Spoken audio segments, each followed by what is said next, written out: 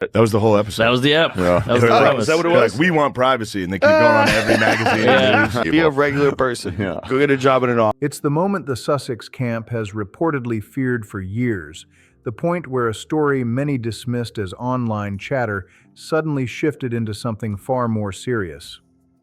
For weeks, speculation had stayed in the realm of celebrity gossip.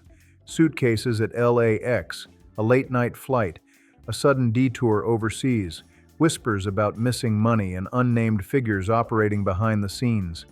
Most major outlets avoided it entirely, until one voice made it impossible to ignore. Joe Rogan, whose podcast reaches an audience larger than many traditional news networks combined, devoted a segment to widely circulated LAX footage involving Meghan Markle. Rogan didn't present conclusions as fact, but he didn't downplay the optics either. He analyzed the clip as a hypothetical scenario, framing it through the lens of how federal investigators might view such imagery. And that alone changed everything. Rogan was explicit that he was sharing opinion, not evidence. Wasn't there some speculation that she was on Epstein's yacht at one point in time? Still, his commentary landed hard. He questioned why multiple large cases would be loaded onto a private jet in the early hours of the morning, and why trained dogs, visible in public footage, appeared to alert on the tarmac. He emphasized that these kinds of visuals, if they involved ordinary citizens, would raise questions. This doesn't look like a vacation, Rogan said, stressing that it resembled what experts often describe as an organized departure, not proof of wrongdoing, but optics that invite scrutiny. Within hours, clips of the discussion spread across social media, racking up tens of millions of views. What had once been confined to niche forums was now being debated openly, not as fact, but as a situation that deserved clarification. Rogan also highlighted a detail many viewers had overlooked: the physical handling of the luggage. He speculated, again hypothetically, about weight and density, cautioning that he was not claiming knowledge of contents. His broader point was about perception. Optics matter, he said, especially when everything else is already under a microscope. Perhaps the most striking moment came when Rogan questioned the presence of a woman seen coordinating the loading. He didn't identify her, accuse her, or name roles. He simply asked why highly precise logistics appeared to be in play. That question echoed loudly. For Prince Harry, now largely out of the public eye, this surge of attention reportedly added pressure to an already tense situation. The narrative, once romanticized, had shifted. Public curiosity turned into expectation, for answers, not accusations. Rogan ended the segment with a warning, not a verdict. He urged transparency, stressing that speculation thrives in silence. If nothing improper occurred, clarity would end the discussion. If not, he argued, institutions should respond. In that moment, the story crossed a threshold. Not into certainty, but into accountability. And once that door opens, it rarely closes quietly. Rogan then shifted the conversation toward what he described as unanswered financial questions, focusing on consulting fees connected to Sussex-linked organizations. He was careful to frame it as analysis, not accusation, but the question he raised struck a nerve. Who exactly are these consultants, and why are large monthly payments moving through obscure channels? On the podcast, Rogan pointed out publicly available records showing companies registered in low-visibility states like Delaware and Wyoming, states often used for privacy and tax efficiency. He emphasized that such structures are legal on their face, but said they can also attract scrutiny when paired with large recurring transfers and limited transparency. That observation alone sent online communities into overdrive. Within hours, amateur analysts and self-described forensic accountants began combing through public filings. They weren't alleging crimes. They were asking questions. Why would entities with no visible employees, websites, or offices be receiving hundreds of thousands of dollars a month? What services were being provided? And why so many layers? Rogan then returned to the now viral airport footage, focusing again on the woman coordinating the luggage transfer. He paused the clip and asked his producer to zoom in, commenting on her demeanor. She didn't appear rushed or stressed. In Rogan's words, she looked routine, as if the process were familiar. "That's not panic," Rogan said. "That's procedure." From there, he connected the moment to broader discussions he's had over the years with experts about how wealthy individuals plan exits, legally and strategically. He stressed that none of this proved wrongdoing, but argued that the infrastructure looked deliberate, not improvised. In his view, this wasn't chaos, it was organization. Rogan questioned whether Prince Harry would have understood the complexity of financial arrangements being put in place, suggesting, again, hypothetically, that trust and delegation can leave one partner unaware of details. He described scenarios where people sign documents believing they're routine, only to later realize how much authority they've granted. At that point, the discussion moved from marriage drama to legal theory. Rogan brought on a former IRS forensic investigator who explained concepts like structuring and how repeated transactions, legal individually, can draw attention when viewed together. The expert stressed that intent matters and that investigators follow paper trails and signatures, not titles or public images. The conversation then circled back to the suitcases, not as proof, but as symbolism. Rogan explained why cash is often discussed in true crime cases, because physical currency leaves fewer digital footprints. He made clear he was describing general principles, not asserting facts about the situation.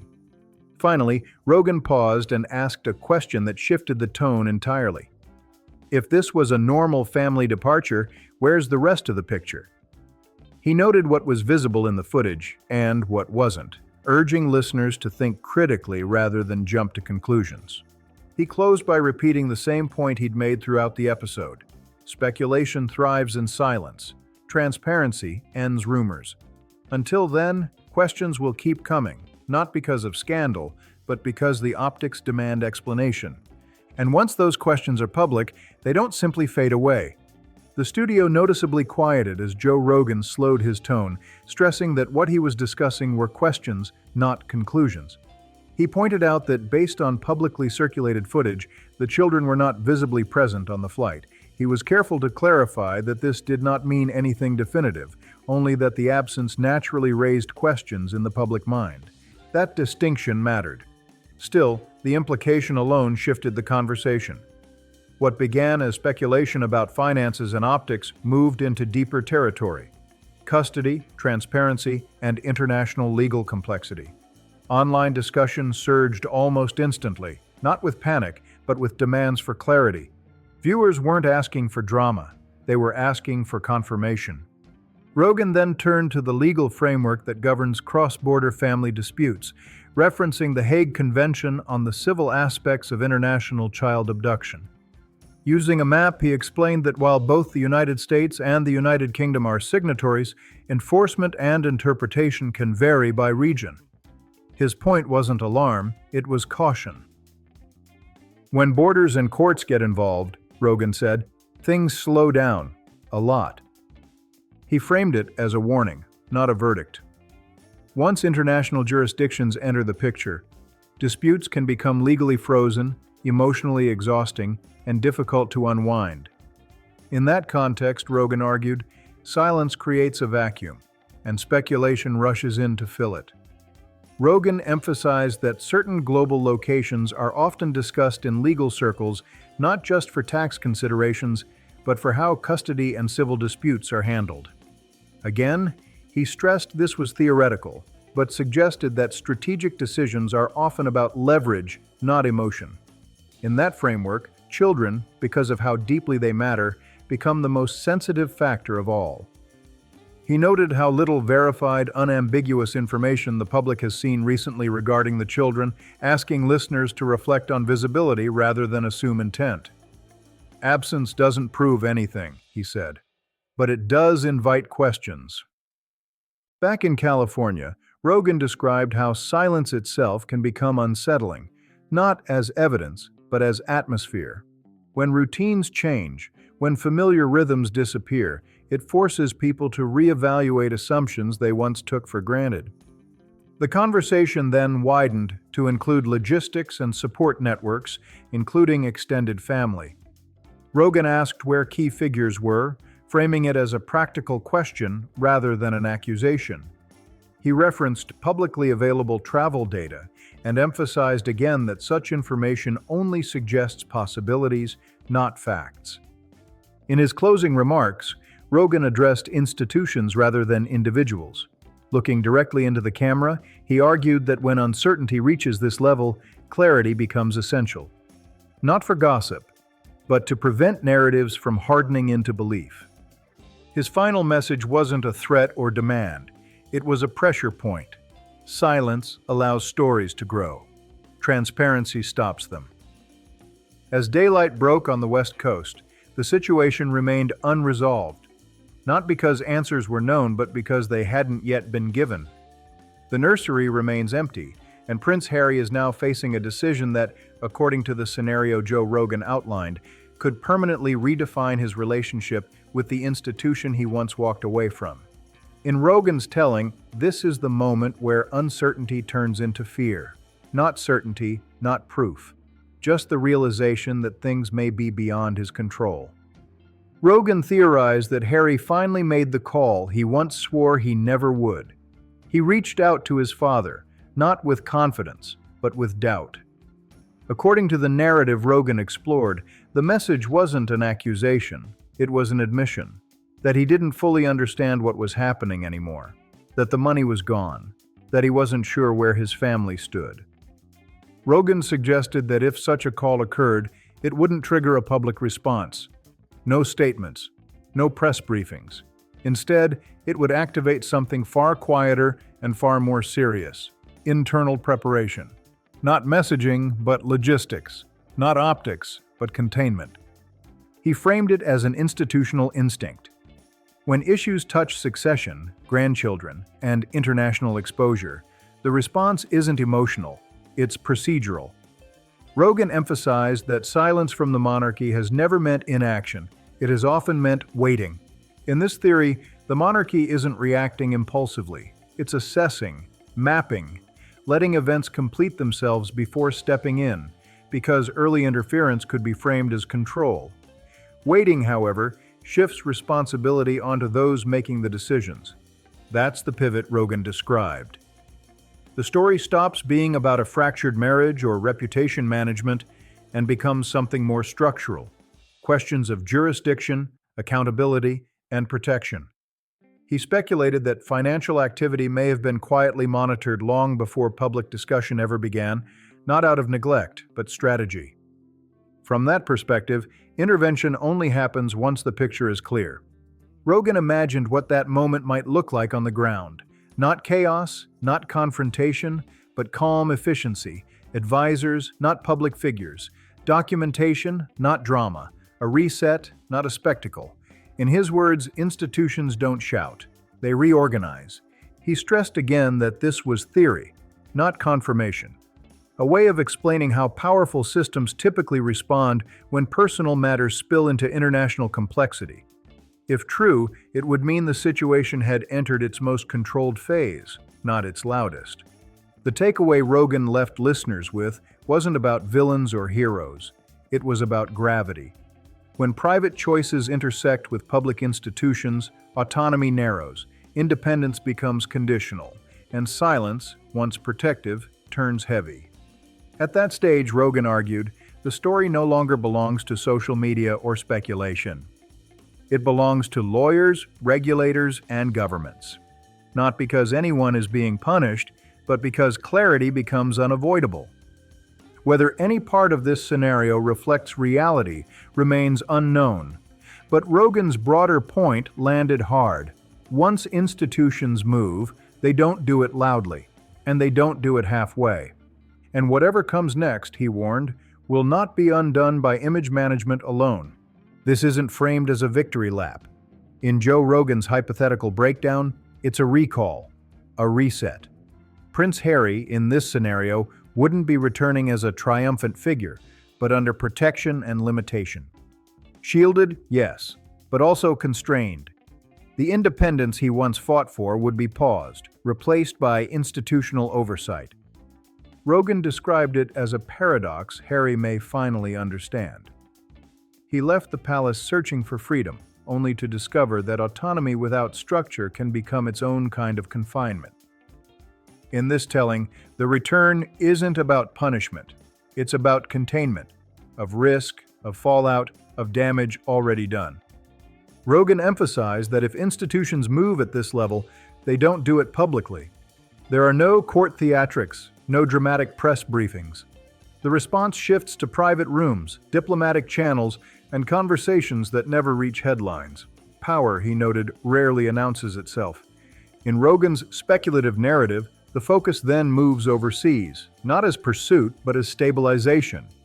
He theorized that when financial systems, reputations, and cross-border relationships intersect, governments don't argue publicly. They negotiate quietly. The leverage isn't emotional, it's procedural.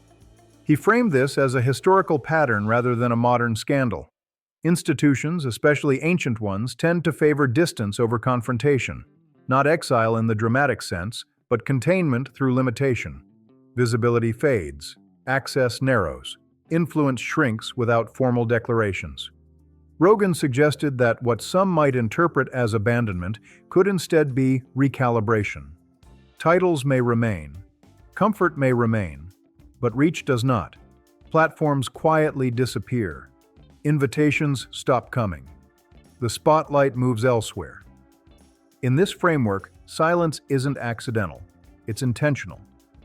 Rogan also addressed widespread concern surrounding the children, stressing that speculation thrives when clarity is absent.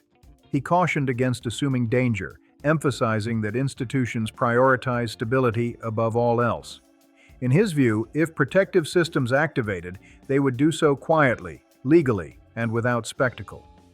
He framed it not as rescue or escape, but as handover and stabilization, the kind that happens long before public awareness catches up. If true, it would mean the most sensitive elements were never part of the visible chaos at all. The broader takeaway Rogan left listeners with wasn't about winners or villains, it was about consequence. When private ambition collides with institutional boundaries, the system doesn't argue. It absorbs, redirects, and moves on. What remains afterward isn't noise, but quiet. Lawyers work, accountants reconcile, jurisdictions sort themselves out slowly, public attention drifts. In Rogan's words, stories like this rarely end with explosions. They end with lights dimming. The experiment concludes not with applause or outrage, but with silence. And silence, he reminded listeners, is often where power does its most decisive work. Whether any part of this scenario reflects reality is unknown. But the caution he offered was clear. Once institutions decide stability matters more than narrative, the story stops belonging to the public, and it doesn't come back.